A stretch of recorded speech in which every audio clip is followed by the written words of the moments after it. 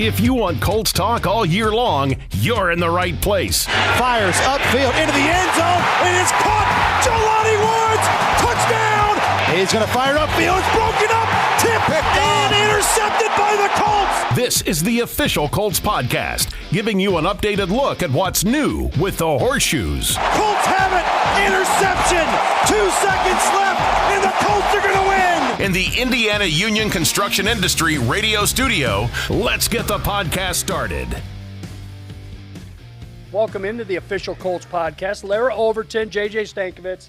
I'm Jeffrey Gorman, and we're starting this thing off, and there's a lot to talk about. Obviously, 34-31, 17-10, championship games. We got a Super Bowl. But the interesting topic that came up before we started rolling on this camera is announcing teams in the NFL. Yep. And I want to start there. I know it's probably not the best place to start. It's a good but place it started to start. with Greg Olsen, Kevin Burkhardt, according to JJ, being the best in the business. And Larra and I both are up there on with board. Buck and Aikman.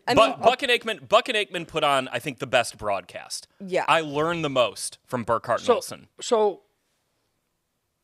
Okay, you said it right there. You learned the most from it. Mm-hmm. Remember we were talking about Tony Romo, who I still love, and everybody I do that too. when they came on, it was like Romo's the best. He's telling you to play before it comes and everything. So I want to Romostradamus. Yeah, He's I want to predicting stay everything there before it for a minute. Does Olsen bring that same sort of thing in? And keep in mind with Olsen, which is a good off-season topic, is he's being replaced by a walk-in Hall of Famer in Tom Brady and getting demoted to the second team, which I know you're not happy about. Yeah. But do we know what Brady's going to bring to this thing? Well, we also don't know for sure he's getting demoted. There are a lot of things that Fox could do. They could go with a three-man booth and keep them both in there. Have Greg and Tom in complement to each other, perhaps, for a period of time with Kevin I Burkhardt. like it. The thing that Greg Olsen And there's did a lot that- of things you could do. It's like, not definitive just yet. Two things, when I was watching the Lions game, Yeah. the Lions-Niners game that Greg Olsen did, the way that he explained why the second fourth down didn't work, just like right off the bat, like Dre Greenlaw is going with Jahmyr Gibbs in motion, so it gives him a man tell. They run mesh, which is a zone-beating concept,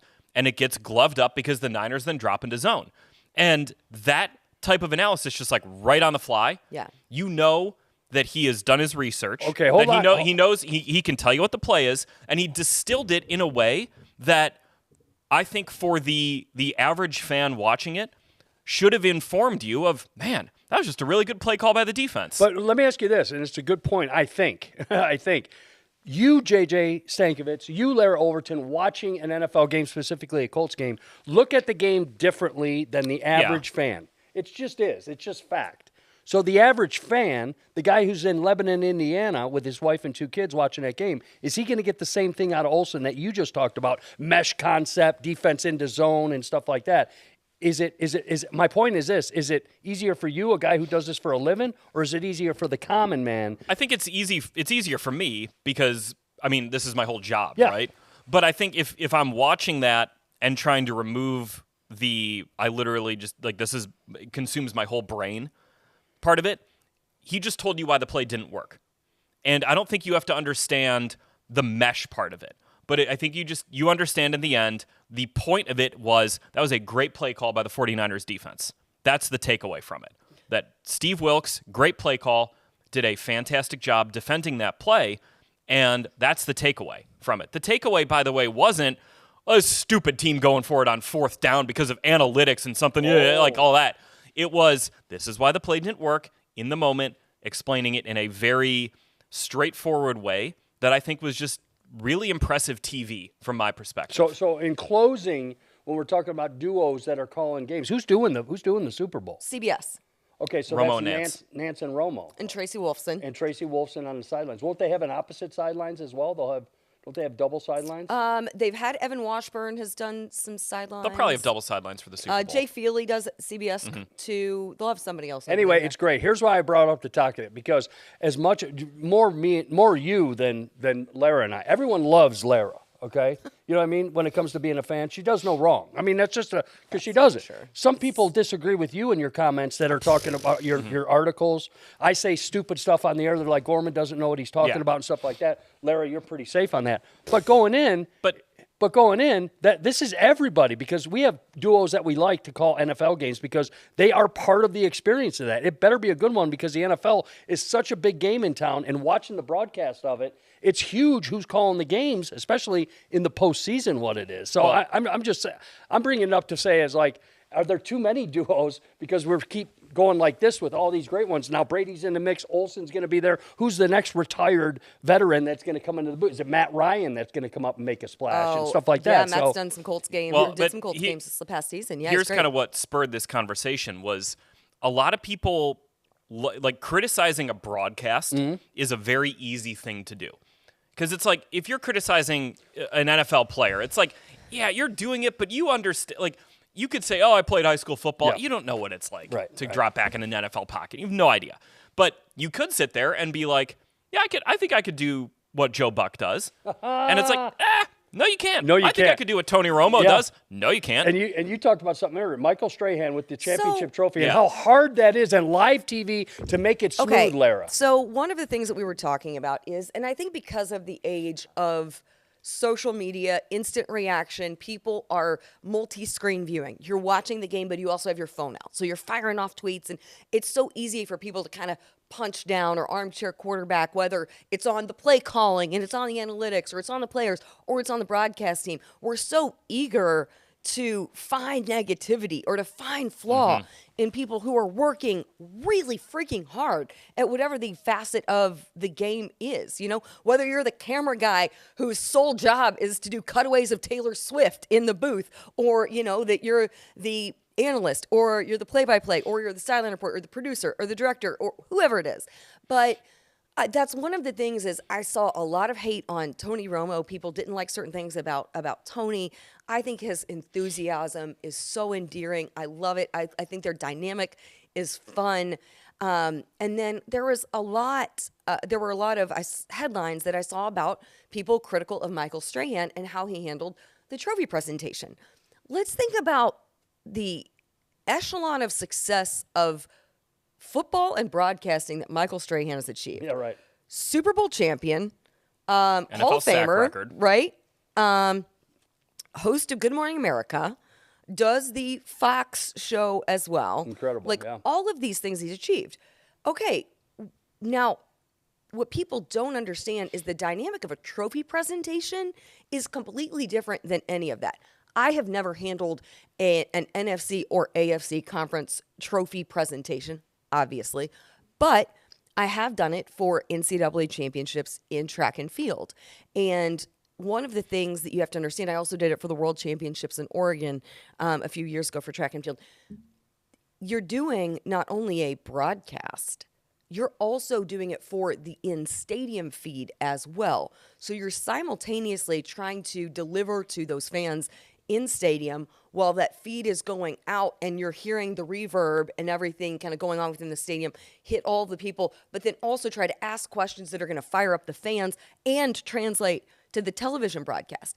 It is a very interesting and difficult tap dance to do those type of things, and I believe it's probably Strahan's first time doing that. So I think that sometimes people just aren't aware of all of the dynamics in which you have to take into account. You're worried about timing because the broadcast is on a certain amount of time. You have to hit, you want to hit ownership. You need to hit coaches. You need to hit players, all that. People are like, oh, he didn't acknowledge Joe Montana. Oh, you've got like 9 people up there, right? You got to talk to Shanahan. You got to talk to Brock Purdy. You got to get George Kittle because you're going to get something electric out of him, right? Like, so you're trying to get all of those things in. You are navigating so many different things. And I just think that people could just, in general, show a little bit more grace. Because I think I think that, like, if we could all just, whether it is in your daily life when you're going through the grocery store or you're watching a television broadcast, whatever it is, if you could just assume that everyone is just doing their best on any given day,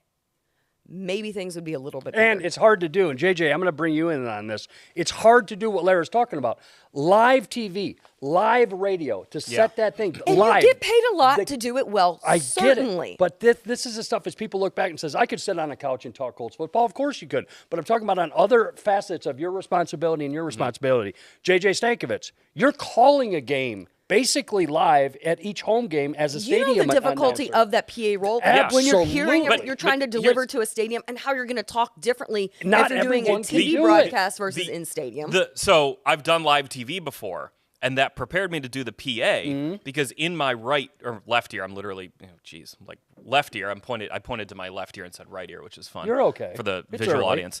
But in my left ear is Shelby, our game day producer, who does a fantastic job juggling all these different things. It is like producing a live TV show for 3.5, 4, 5 hours from the time the gates open until the time the game ends. So in my ear, I have, this is coming up next, this is coming up next, this is coming up. I'm literally saying and that's another Indianapolis Colts, while it's okay, we're going to do in break 2-2, we're going to do, the lookalike cam, and we got to get this set. And you just have a lot of chatter in your ear that part of it, when you talk about Strahan, he probably has someone in his ear being 30 seconds, 15 seconds. You've got to keep mind of that and get out on time. You are also, as you are in stadium, reacting to what's happening. And if you know something lands really well to the crowd, you might need to play on something a little bit longer or reinforce something a little bit. You also are trying to have that feel for it, which is, I believe, in a trophy presentation too, is if you get an awesome reaction from the crowd, you got to step back a little bit and let the moment speak a little Travis bit. Travis Kelce, going, you got to fight for your right. You're not. And now let's go to, Marquez Valdez-Scantling over here. You're not doing that. Because in that position too, and as the reporter, as the trophy presenter, basically your job is to put the person you're interviewing, the subject, in the best position to get the best answer.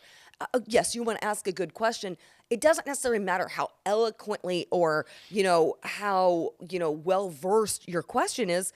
Just get an authentic answer. I thought about when Erin Andrews post-game was interviewing Brandon Ayuk, and she asked him, I can't exactly remember what the question was, but the question was relatively, kind of as simple, or something I've heard Erin ask, we've all heard her ask kind of similarly, and he talked about the ladybug that landed on his cleat beforehand. I think the thing was, whatever her question was, set Brandon Ayuk perfectly up for this amazing answer that no one was expecting because of how she set it up, and she didn't do it to make herself look good. She made sure she asked the question so that she gave him the position to give a really insight. And I thought, oh my God, what a wholesome, endearing response from this guy who just played his pants off. It's talking about this ladybug that landed on his cleats. And that was this, sign of good luck. It's just, it's a thing where I have so much admiration, and you watch literally these producing gymnastics that are going on within the course of a live broadcast, not just live TV broadcast, from the in-stadium production crew, everything that's going on. And I'm fascinated by it all. So it's just a little disheartening when you see people who are so quick to, kind of take aim at things that they didn't like, or, things that people said, or they would have done it differently, when you truly do not have necessarily the full capacity and understanding of everything. But see, it's very, the point you made of everyone's just so quick to negativity. You can criticize, you can analyze, but you can do that in a way that I think is fair, or you can do it in a way that's lazy. Yeah. And the way that's lazy is oh, here's a couple clips from Tony Romo looking like an idiot. Okay, what about the rest of the broadcast? Yeah, they're spectacular. Yeah, okay, he got a call wrong. He's a little over exuberant. For me, I kind of like the chaos of the broadcast. I love it. I think it's entertaining, and they're all kind of different. The Olsen Burkhardt broadcast, I think, is so good. Burkhardt is awesome. He captures the moment so well. Yeah. And Olsen is so good at explaining stuff. The Buck Aikman broadcast, when I've this might be unpopular here. I've kind of stopped watching the Manning cast because Buck and Aikman, it's just I feel like I'm watching a football game. It depends on the matchup for me. This is where it depends on how much I care about the matchup. Okay, that's true. Yes. If it's if I'm really invested in the game, I'm watching Buck and Aikman. If I just kind of more so want to be entertained, I've had a full weekend of football, and I kind of am here for the banter. That's true. Right. Yes. If Peyton and Eli have Marshawn Lynch on, I ain't missing it. Right. No, you're right. If it's two teams that I don't really care about the outcome, I'll probably watch the Manning cast. But when it's Buck and Aikman and it's a big game, I want them on it because you feel it just feels different with them. And I also think Tirico and Collinsworth do a Absolutely. really good job, too. By the way, that's a funny thing. I'm going to cut this down because we have so much off-season time to talk about this, but there's so many good duos we haven't even talked about that do this for a living. And again, it looks easy, folks. Believe me, with these two, it's not. It's not easy because the red light is on, and when the red light's on, live means, hey, you've got to deliver. You do that week in and week out, and you do that. So hats off to you guys, and hats off to the NFL duos out there who are calling game. We'll get to the best. Maybe we'll have that in a couple of weeks. We'll have the old, what Can I just throw out to somebody who I got to see when we were in Atlanta for Christmas Eve, who I just absolutely adore, and he's going to be one of those names that's in this conversation, Adam Amin. He's the best. I love Adam Amin. Adam Amin. Great DJ, by the way. If you're ever in Chicago, he spins it a little bit with some house music. Yeah. Also, hands down, like the kindest, most sincere, like he is just awesome. Adam Amin. I got to know him a little bit in Chicago. I figured that you would as cross good a paths. guy as he is a broadcaster. Good to hear. Oh my gosh! But he will be in that conversation. He is certainly one of the among top. no question. Certainly, like his ascension within broadcasting has been so fun to watch because he's so unchanged. Like the work he's put in from the beginning, like never rests on his laurels, grinds. He's so invested. Just amazing guy. Love it. Okay, we're going to be bouncing around a little bit. I want to go into analytics now because let's do it. Analytics in NFL, it makes coaches like Bud Grant and Chuck Noll roll over in their grave, the greats from the NFL past and stuff, and now analytics come in. And I'm just going to throw this out to both of you. Dan Campbell's getting hammered for, kicking the field goal, not kicking the field goal, going for it on fourth and this. I'm bringing it up because last couple of coaches here, Frank Reich, Shane Steichen, those guys have been on the other side of, hey, we're going for it. We're at midfield or we're at the 40-yard line. Analytics say this. Analytics say that are now part of the game. When you're talking about NFC Championship games and stuff, my question to you both is, why would you change what got you there? Yes. And what got those Lions there was Dan Campbell's mentality is, hey, I'm going to take 4 cracks at getting a first down. So that's his analytics. Well, how are the people in the back from the rafters saying, he's an idiot, he lost the game for him, he did that, when the whole year for 17 weeks, he did this philosophy and it worked? Okay. This tweet from Kevin Clark, who I think does a fantastic job with This Is Football he's with Peyton Manning's network. He tweeted something about analytics and, I'm good with Dan Campbell going forward in those situations. He quote tweeted it a couple hours later on Sunday night. You guys are right. I hear you. There's a time and place to start getting conservative. The time, when it doesn't work. The place, whenever it doesn't work. Right. But, here's the thing with Dan Campbell that I think a lot of people are missing, is he came up with Sean Payton, right? We all know what Sean Payton did in the Super Bowl with the onside kick. Analytics didn't tell him to do that. He did that because he's aggressive, because he wants to push the envelope. Dan Campbell, yes, is probably well-versed in analytics, but Dan Campbell's doing this because of a gut feeling, we just got to be aggressive. And it's not because some, what everyone has this picture of with analytics is some, nerd up in the press box being like, you should go for it here, and my model is right. That's not what it is. It's like, hey, you can go for it here if you feel like it. And it's just another tool that coaches are arming themselves with to make decisions. Why is it a problem that coaches are getting more information to inform their decision-making?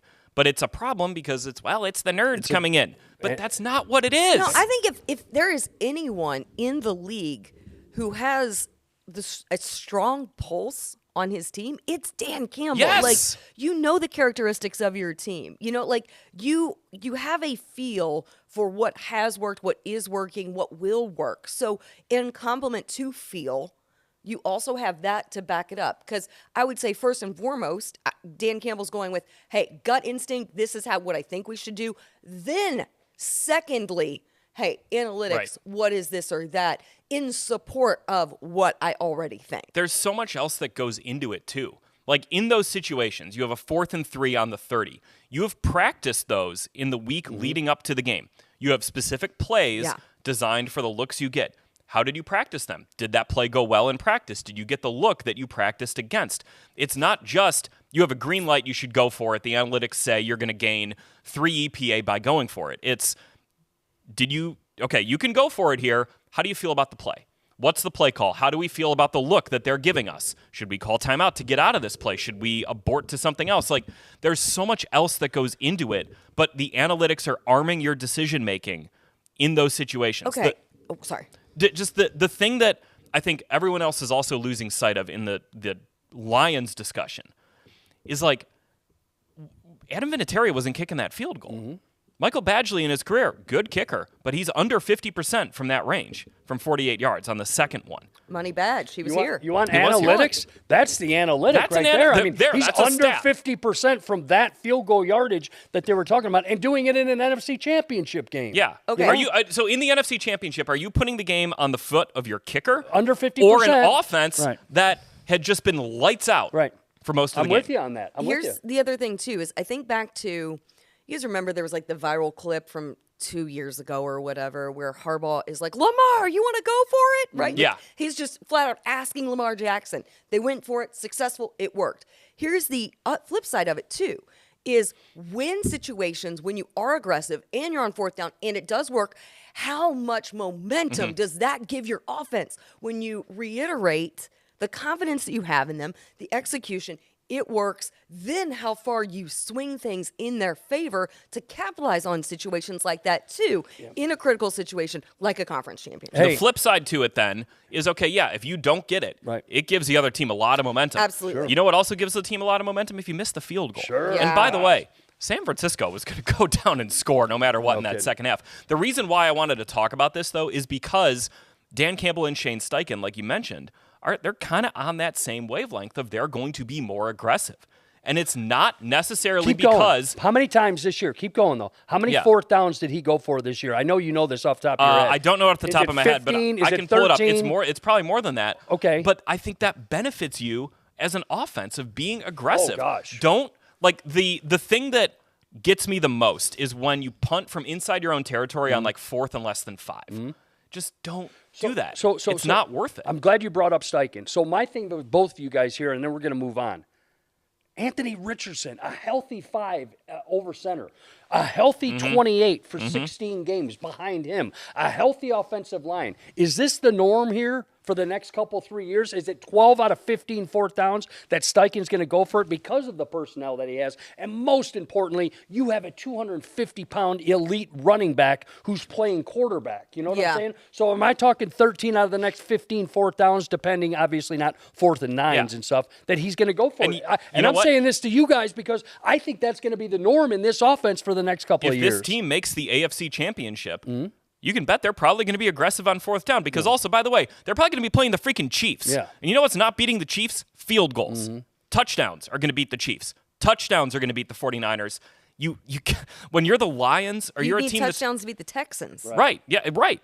You got to go for 6 points instead of 3 Yeah. in those situations. Am I- That's how you win those games. Am I correct? Is that what we're looking for, Larry, in your opinion? And I'm talking about the next 3 years with this Anthony Richardson-led offense. Absolutely. And I think that even going Great. back to Frank Reich in situations, he was really aggressive with similar personnel. This offensive line, Jonathan Taylor, obviously different quarterback situations, but you think about with Carson Wentz, right? There were a lot of those situations where you had a mobile quarterback, right? Not the running threat of an Anthony Richardson, but you even saw it then. And obviously different coaches, different schemes, all of that. But still, majority of the offensive line is the same. That running back is the same. Why would you not bank on that with the quarterback that you now have and the position that you have as well with this offense? So when I used to cover baseball, analytics is very much entrenched in baseball now. Are we talking MLB or We're talking MLB. Oh, okay. MLB. Okay. When I used to cover the Cubs and White Sox, Gotcha. I had a discussion with someone in the White Sox front office about analytics,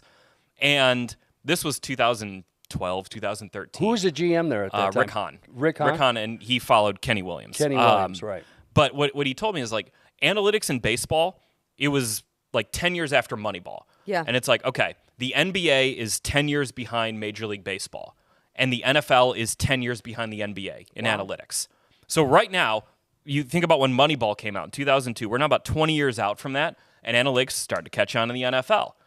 It's a ugly transition. I saw it in baseball. Like, it is an ugly transition from the people who just don't want anything to do with it to the people who want to use it as a tool, who aren't beholden to it, but you use it as a tool to inform your decision making. And I think there are some teams in the NFL that are more on the front foot of it than others. And I think what the Colts have done analytically over the last couple years with the previous analytics staff, now a new analytics staff coming in here. Again, it's a tool. Yeah. It's a tool. Chris Ballard is a scout by trade, but what I want to know what the analytics are to help inform my decision making. Did you know how many college programs are now developing like sports analytics and sports specific analytics? It's here. Yeah, my younger cousin is looking at programs all across the country, and that's what he's so fast. Like that's what he wants to study, wants to major in, all of that, which I think is so cool that now you're providing those opportunities for kids coming out of high school, right, early on into college, and you're seeing that as more and more prevalent.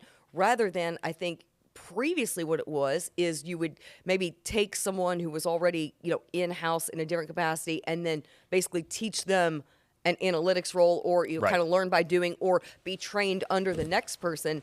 Now it's part of curriculum. I saw this tweet that really irked me from Mike Florio, where he was basically like, I had a coach tell me that analytics are a way for people who never would have been in football to get into football.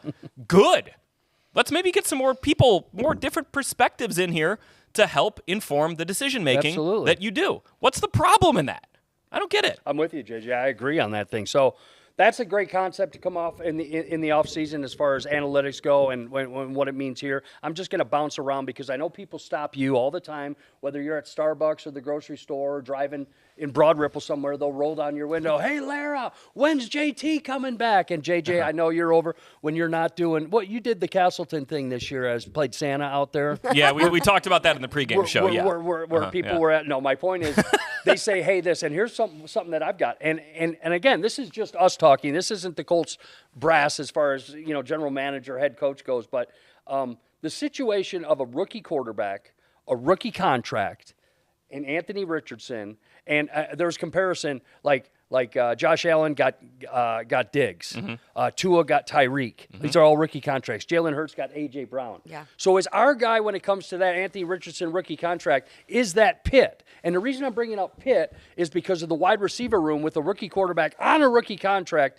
and the importance of that. Because right now, you re-sign Pitt either – you franchise him, you pay him for what it is or whatever, or he walks somewhere else and you're left with Alec Pierce, who's still on a rookie contract, and you're left with Josh Downs on a rookie contract. The importance of the wide receiver room here in Indianapolis is so big with this second-year quarterback like this. My question is, Michael Pittman Jr., the importance of him, what he brings to this team, and if you can't re-sign Pitt, my gosh, you talk about a hole to fill, 100 catches a year, 1,000 yards a year. It's huge. So it's a touchy subject, but I want to get both your takes on this thing. The wide receiver room with Anthony Richardson, especially this offseason. Yeah, I mean, I think you've seen how like you mentioned, how teams have operated with quarterbacks on a rookie contract where you do get more aggressive. And that's something Chris Ballard has talked about, that it allows you to do stuff a little more aggressively when you're paying your quarterback a fraction of what you're going to pay a veteran. What does that mean for Pitt's future? I think we'll see. The franchise tag is there if you want to use it and make sure that he is here, bare minimum, this upcoming season. But, and it's not, every team hasn't gone about it the same way. The Bengals drafted Joe Burrow, and then in the second round they took T. Higgins, one pick before Michael Pittman Jr. Then the next year they took Jamar Chase in the first round. So you can still go through the draft in that, the Dolphins got Jalen Waddle a year before they got Tua, or Tyreek Hill, I mean. You can go about it in those kind of different ways. You can use the draft as a tool. You can use trades as a tool. You can use free agency as a tool. When I covered the Bears, Mitch Trubisky's second year, they went out and paid Allen Robinson a boatload of money to come in. That was a good move. There are different ways that you can go about it, but you do usually see teams get more aggressive there. But I think your point, Jeffrey, that getting aggressive could look like you retain Pittman and then look beneath him maybe in that pecking order, potentially. We'll see. We'll see what it is. To talk about. You love Pitt. I know you know, off the field, great guy. What he means for this locker room, and what I like about him is best is if somebody's picking on a teammate of his, he's going to go knock that guy in the mouth on behalf of his teammates. He has that sort of mentality. Larra, the hole that this that this wide receiver room would have if Pitt does go elsewhere and he's not protected here with the franchise, the hole, especially with that second-year quarterback in the AR. You're going to have to pay a receiver one way or another, Yeah. right? Like you're going to. I mean, look at the landscape of free agent wide receivers. Who else is out there? Who else is going to be available? I mean, so you're either, and one philosophy from Chris Ballard that we've heard is, reward our own, retain our own. You think about what Pitt has meant to this team.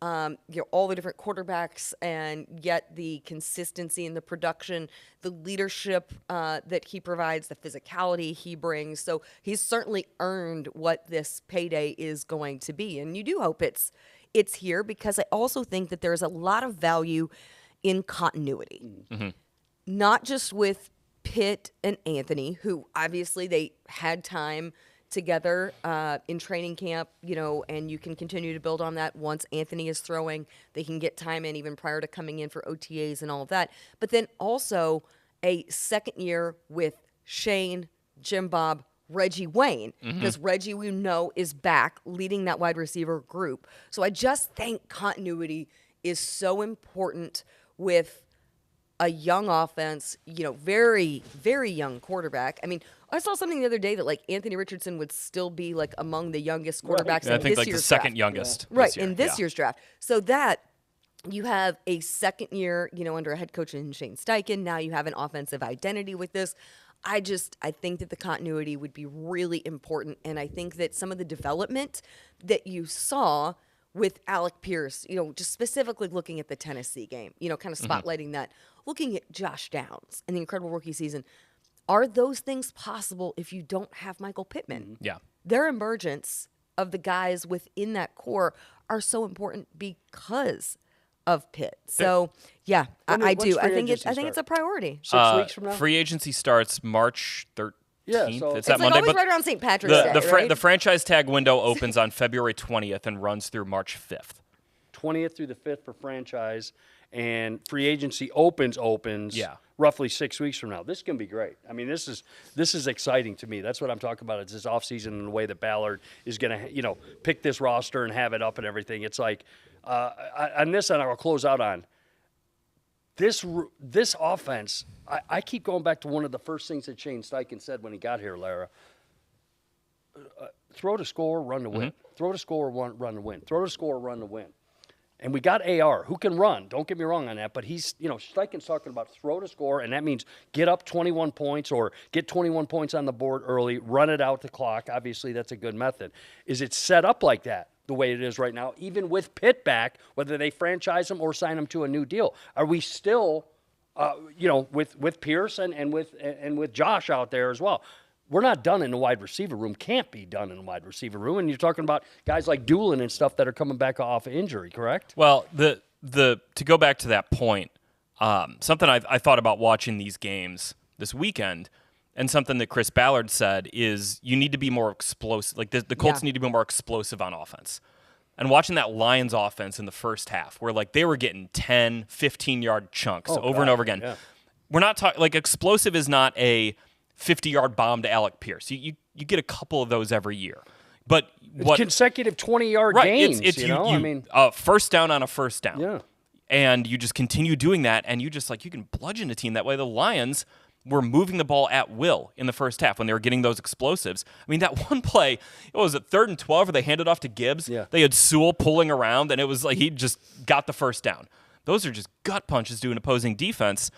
The Colts need to be more explosive in that, but I think that will come with Anthony and then continuing on, if you go back down the road with Pittman, but Jonathan Taylor. Look at Sam Laporta, though. It's the tight end, too. Okay, that's another Obviously, point. That's another point, too, how you're utilizing that group. And do you have the skill set currently in that room that you need to complement the explosiveness in the passing game? But those tight ends, who were the four main tight ends in this championship weekend, Sam Laporta was the highest picked in the second round. Right. Kelsey and Mark Andrews were 3rd rounders, and George Kittle was a 5th. Wow. That's kind of the way the Colts have gone about trying to build the tight end room, is with some day 2 and day 3 picks. None of them have developed into that level of a tight end, but I think those are the kind of swings you want to take at that position. And it's funny, Kyle Pitts came out a couple years ago. It was like, we've never seen a tight end like this Right. ever enter the NFL. And no disrespect, what a great player. But as far as the fireworks and everything of a Kelsey, of a Gronk in that part of his career, they're not there. No. And when he gets the quarterback, he will. right. But right. mean, he might. I think Atlanta, I think they got a pretty good coach in Raheem Morris too. Another takeaway I had from this weekend: don't stretch for the goal line, unless it's fourth down. Just don't stretch for the goal line, JJ. The Zay Flowers play where and this is a rookie who had a really good game, like a really good game. He's going to be a really good player in Baltimore, but he's kind of falling down, and then he stretches for the goal line, and there's L'Jarius Sneed to pop that ball out. If he just goes down there, and you kind of tuck the ball in and say, all right, I'm not going to score here. Oh, it's JJ, hard to do. It's real easy for me to do, but JJ. coaches coach that. The elite athlete saying, hey, I'm going to tuck it even though I got another foot to go to. So there was a play in the Niners game where Deebo Samuel was kind of going toward the pylon, and instead of stretching for the pylon, he tucked it in, went down to the 1-yard line. San Francisco scored. That's also a vet who's played in playoff exactly. Games and championship situations. That feeds into another thing of like, man, it is hard to win for 4 quarters in a championship game when you are going against a veteran-laden 49ers team, a veteran-laden Chiefs team that's been there before, that knows in those situations they're not pressing. Hey, if I get down to the 1-yard line, we can hand off and score on the next play. Unless you're DeForest Buckner when he picks up the fumble recovery week 1 against Jacksonville, and your hands are the size of dinner platters, and you engulf the football, and you can extend it out, right? But so the Chiefs did but it. Even after that, Shane was like, "Don't stretch for the goal." Even DeForest got reprimanded for reaching for the goal line. So you guys saw it on my Insta story. I know JJ did. Oh yeah. I burnt my oven mitts. What were we making again? Pizza stew. What? Yeah, pizza stew. I do need more of an explanation on that. I didn't ask the follow-up question. Oh, of what is pizza stew? Is it like pepperoni and broth? No, it's even more involved. I should have brought some. I have some left over. I could have. So it's a good little Sunday football watching. So for those of you who might be thinking about your Super Bowl spread, you basically take 2 jars of pizza sauce. You put those in either like a crock pot or a soup, like stock pot type of thing. But you brown like a hot sausage. You brown that. You cook with it. A diced up bell pepper, onion if you like. We omit the onion. Tucker, not a fan of the onion. And mushrooms. We add mushrooms into ours. And then you put all of that into the pizza sauce. You obviously mix it with you do garlic in there. Sugar? Italian seasoning. Sugar? No sugar. You dice up pepperoni, put that in there. And then you do some cheddar cheese, some mozzarella cheese. Stir it up, gets real nice and thick, and then you do like a toasted French baguette. What does the cheese do, though? If you're putting the cheese in the thing, is it melting and spreading evenly, or is it long and gooey, like a slice of pizza type of thing? I mean... A little bit? Yeah, it gets in there. The thing is... Is it French onion soup type thing when you... Oh, no, not quite. It's like not quite as dense as that. All right, follow... Yeah, and by the way, on Instagram and at Twitter, at Larra Overton, can we get that recipe by this afternoon? Sure. Except just don't burn it. It sounds great. Well, what was the play that you burned it on? It was the Zay Flowers reach for the goal line. So what happened was I had my stovetop on because I was browning the sausage and cooking the veggies and everything. Well, when I transferred everything, so I was like straining obviously off of the sausage. So Tucker come in, I was like, hey, help me. And so he's straining it off and all of that. So I got done holding my cast iron skillet, put it on the burner that was off. And then dropped because I put everything into my crock pot to simmer together. So I dropped the oven mitts on top of the oven. Uh-oh. Come on. Oh, no. You should know better. Here we go. And then I look over and I'm like yelling at the TV. I'm like, you never reach for the goal line. I'm going nuts. And so then I'm like, God, my soup is burning. God, thought the cheese was sticking to the bottom. So I'm like stirring it. That was fine. Guys, it took me like a solid 4 or 5 minutes to realize that my oven mitts were just disintegrating because I really never just turned L'Jarius Sneed's fault. Never turned the burner off. Well, it's my fault. Didn't turn the burner off. Never put your oven mitts on there. So but you're right massive cooking fail. This is why I can't multitask. This is why I have to get the cooking done before kickoff. You are allowed this because you're in the heart of an NFC Championship game where all focus and attention. This was the AFC Championship game. Yeah. All focus is there, and the pizza stew becomes secondary at that Correct. point. So I need that recipe. A couple more things before we move on. The combine's coming up. Both of you, a quick question for you. We don't have to go too deep in this, but you guys are working extra hard at the combine, getting information, talking to people, keeping up relationships, which is huge in this field as well. Do you guys get a sense while at the combine and listening to Ballard and listening to Steichen and listening to other coaches who the Colts are, ooh, I like this guy. Ooh, are there a handful of guys that you guys can say in February, you watch, they like this guy, like a Josh Dow, like we had with, like last year with Josh and stuff like that, where people were talking a little bit early. Hey, this guy is a perfect fit for this offense type thing. Do you get the feel of that early or not really? That type of stuff is pretty under lock and key of like who do the Colts like? Right. What you usually find out is who the team likes in free agency, and I usually like. What usually happens is one night during the combine, I will wind up going out with my friends who cover the Bears. We always have a nice dinner at St. Elmo's to honor our friend Jeff Dickerson, who passed away a couple years ago. Right.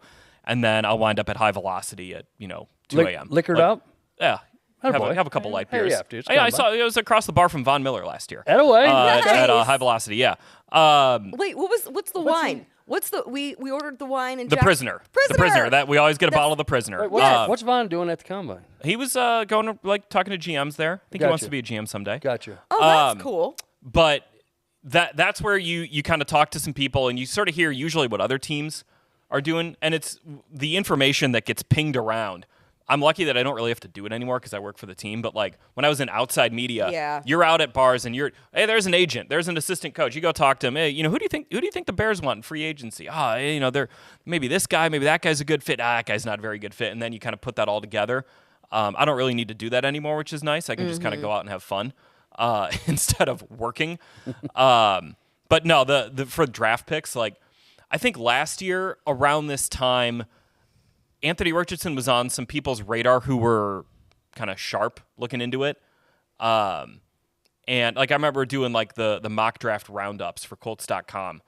And it wasn't until early February that someone put Anthony Richardson to the Colts at number 4. Really? And it was all CJ Stroud, Bryce Young, Will Levis, a lot of Will Levis early on, or them just not taking a quarterback. And then you started seeing, okay, maybe Anthony Richardson's a guy. And then the combine, it was like, he took off in terms of everyone else. But we here already knew this guy's a pretty good player. I think one of the things, too, JJ, we just weren't telling anyone. You and I were just talking about the owners' meetings, and some of the benefit of like kind of owners' meetings is maybe not even necessarily the scheduled conversations they're having. But I think the combine is the same way. Is, this time last year, I was asking a lot of people, hey, what do you think about the Shane Steichen hire, this and that. And I think that, too, one of the things I enjoy is now, hey, what do you think about Shane Steichen's first year as a head coach, the staff he's assembled, and then the roster that Chris Ballard has to work with now, all of those type of things. So that's one of the things I enjoy. As much as looking at the prospects, it's kind of getting a gauge from other people within the national media landscape, their evaluations. Like I remember talking a couple years ago, Ryan Clark from ESPN and I sat and had popcorn for a while, and we were asking about all of these different things. And obviously he was super big into the defense and his evaluation. This was, going into Gus and all of that. So those are some of the conversations that I like having. Even more so, who do you think they're going to take, or what are they going to do at 15? Well, and I remember last year at the Combine talking to a bunch of Eagles writers who were like, wow, I'm surprised Shane didn't take anyone from the Eagles staff to come on over. And, well, the staff that Shane hired was pretty good here. Right. And, I think those kind of things are, absolutely the stuff you really get out of the combine. Well, anyway, it's a fun time, and it's a good time to catch up with colleagues. And, again, that networking thing is so big for you guys, down there and stuff. And and Larra, the Women in the NFL event that gets hosted every year, that's a really good event. Courtney Cronin organizes that. Does a great job for ESPN. Phenomenal. Works for ESPN. Does all things. I mean, writing. She's on Around the Horn. She replaced Jeff Dickerson on the Bears beat. Yep. IU gal. My fellow Hoosier. She organizes this event, which is awesome, and it's grown by leaps and bounds. That's so fun. Larry, we're going to have a general manager in this league that is a woman, that is a female, sooner than later. Mm-hmm. Well, you even saw because of what it takes to run a franchise and pick players and do everything that it is. Is it just the guys that have played and had first downs in the league? I'm just saying we're not far off from having a female general manager lead an organization in the NFL, which will be monumental. Yep, absolutely. And it's fun to see. each of these, stories as they're evolving. The league does a great job of putting on a women in football symposium. Sam Rappaport is involved in doing all of that, putting all of that on. There are some really fun events surrounding Combine Week. Great. Okay. Wrapping up right here, I got two things I'm going to go. I know you guys are down on both Mannings, Eli and Peyton. You said that earlier in the show. I don't know why you guys are against the Manning guys, but I'm watching it. I'm just kidding, obviously. We all love the Mannings here. I'm watching the Pro Bowl. Number one, I'm watching the Pro Bowl. I'm going to watch the Thursday night stuff. I like the Pro Bowl. People are, I can't stand it. I like it. I like seeing these guys in shorts. I like seeing these guys push the defender off, having a playful time and stuff, because we see the violent battles that we do week in and week out, and then these all-time great NFL players that are having fun. I'm in. I'm watching that stuff. I'm actually kind of disappointed I'm not going to watch because I like the flag football. Okay, good. But I will be attending. And breaking news, right? Now we have a couple. We have two more Pro Bowlers, Ryan Kelly and DeForest Buckner today. How about Round of that? applause. Let's go. Yeah. Let's go, Kelly. I will not be watching the Pro Bowl because I will be at Lucas Oil Stadium for Monster Jam. There you go. Going to That's awesome. You're taking the twins? Taking the boys to go see monster trucks. So they're going to be doing the jumps and They're everything? gonna be doing all the monster Bigfoot? truck stuff. Is that a Bigfoot? I love this. No. I was about to say Bone Crusher, but that's the rapper. That was for Colin behind the camera. Gravedigger is the big one. Gravedigger. Gravedigger. I thought that was a bull. Isn't a bull called Gravedigger? I mean, you could probably have several large things called Gravedigger. That's true. I would Yeah. like to see you on the back of a bull. That's for another topic. And lastly on this, I need one. We're going to talk next week about who's going to win the Super Bowl. Obviously, we're going to have some predictions and some fun. But on this last question of the day, I need a guarantee out of you of what's going to happen, either on the field or off the field, and I will start. A guarantee that you will see on CBS is Taylor Swift dancing to Usher at halftime. I guarantee. Okay. Oh, I see. good. Oh, Is is this a Super Bowl prediction? Is that's my off the field Super Okay. Bowl prediction? You can do it on the field, but my first Super Bowl, we'll have winners for you next week. Okay. Taylor Swift dancing her hat off. She's shaking to it off? Usher. Yeah. Nice. Yes. Agreed. Yeah, I agree. Hey, I have an opinion. Go ahead. I don't care that they showed Taylor Swift a bunch. JJ. I don't care. It impacts how I watch the game zero. Right. None at all. I'm with you on that. Don't care. Hey, you having fun? One of the world's biggest entertainers, having fun watching one of the world's biggest entertainment avenues, and that's called the NFL. Can't I believe like those it. two things came together and they keep showing her. Can't believe it. Right. Guarantee from Okay. Super Bowl week. Okay. I had one Okay, come to you got mind. one? Okay. Give me a.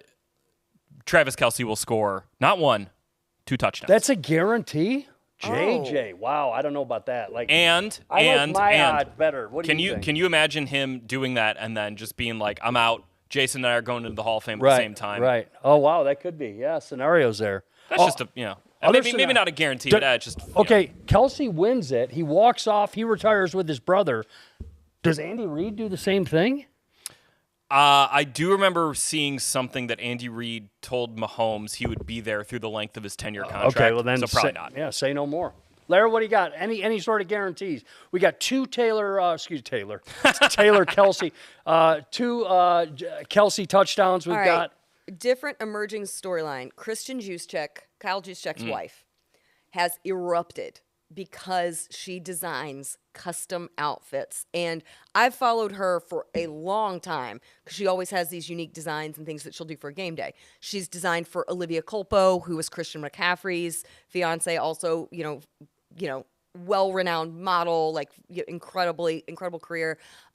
She designed something for Taylor Swift, so that was where a lot of other mainstream people jumped on. I'm going to say that Christian Juszczyk will outfit at least 4 of the most prominent women we see on game You day. heard it right there. We got 2 Kelsey That's touchdowns. a little obscure, We a little have off the radar. Well, she's but- outfitted Debo Samuel too. She's So it outfitted could be Debo some Samuel. teammates. She's players herself. At least 4. But here's what's cool is I love this from her. She designed this awesome jacket. You can go to her Instagram. She designed this awesome jacket.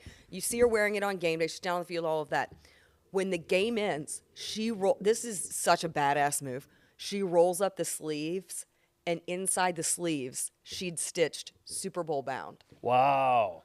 Come on. Good That's for great. her. Come on. Good for her. That's a power couple You manifest right there. that. One guy you know? doing it She's on the so field, cool. his She's wife so doing cool. it off the like, field. She's just, I love her. I love Everything that she guarantee does. because those jackets are everywhere. And as soon as people started wearing Everywhere. them. Yeah, And Debo had like and the Taylor, vest cut, right? Some Detroit Taylor Lautner, is that his name? Yes, he had yes, one. good call. Taylor Lautner Like, did wear one. on yes. the sidelines. Yes. It was like, wow, how did that whole thing happen? I But know. hey, it is what no, it is. she's the coolest. Like she's so talented. I think she's ridiculous. She's a fun follow because she'll be designing all sorts Let's of stuff get this JJ week. one.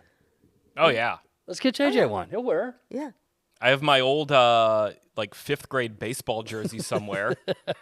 Go turn that into a jacket. Who No, is it? and I just saw Who is too. it? Christian That's Who's Juszczyk. the player? No, it's me. It's my jersey it's from when your I was jersey. in 5th Okay, grade. okay. Yeah. She just got like permission from the league too to use some NFL licensed That's great. stuff. That's great. So Good for her. she's building this empire all her own. So yeah, really cool. All right, at Larra Overton, at JJ Stankevitz on Twitter X. Find out the latest, what's going on at Colts.com. Obviously, we're hopping all over the place this offseason, but we are going to get you what you want. We're going to find out about the 2024 season, led by Anthony Richardson, Shane Steichen, Jonathan Taylor, list goes on and on. Players that are going to be here, players that won't be here, and what the new team is going to look like. We're going to do it week in and week out, and obviously follow these two at Twitter X, at Larra Overton, at JJ Stankevitz. Anything before we go, guys, because I like this sort of round table, pick and grab and choose and sort of a little buffet. The last thing that I just is going to be seared in my mind from championship weekend is like, you know how when you're playing like a video game growing up, like usually like Mario or Galaga? Zelda or something. Tech Mobile. Sure. Well, like an RPG game. I don't know. Maybe neither of you guys did that. But when you do, the final boss, you always have to beat them like 3 times. Uh-huh. And it's like, okay, so lately my kids have been asking to play like Mario 64. Like King so, Koopa. so like Bowser, you have to throw him into the bomb like 3 times on the last one to defeat him. And it's like that's like what it is with Mahomes. It's like to defeat him, to defeat the final boss of the AFC, which is always going to be Mahomes. Yeah. You have to you can't make a mistake, and you have to do it like 4 times every single quarter. If you have one little mistake or one big mistake in the case of Zay Flowers or Lamar Jackson throwing the pick into triple coverage or Kyle Van Noy headbutting Travis Kelce, Stupid. he's going to beat you. And you have to play. I mean, even like watching the Bills game last week, Josh Allen played like almost a perfect game. Almost. And you had the drop by Trent Sherfield. You had the ball go through Diggs' hands. Allen, instead of taking the underneath route, tries to throw a touchdown. He misses. Yep. Those 3 plays are the reason why they lost. Yeah, right. Not because they missed the kick. But it's like, you're so close. Mahomes is the final boss of the AFC. And to beat him, you have to be perfect. That's what it is. That's what it's going to take. Larra, I'll tell you what, on behalf of JJ Stankevitz at Larra Overton on Twitter X, at JJ Stankevitz on Twitter X, and on behalf of Pizza Stew, which hopefully some of you are going to be rounding up this weekend. And again, I do need a recipe because me and my gal like to cook a little bit, and that sounds I know pretty you good. do. I That know. sounds pretty good, so I'm going to look for it. Yeah, she's brought me some of her delightful cookings. Not from time bad. to So, time. okay, I will say you might want the Nexium handy because there's a lot. It's highly acidic. There's a lot happening in there.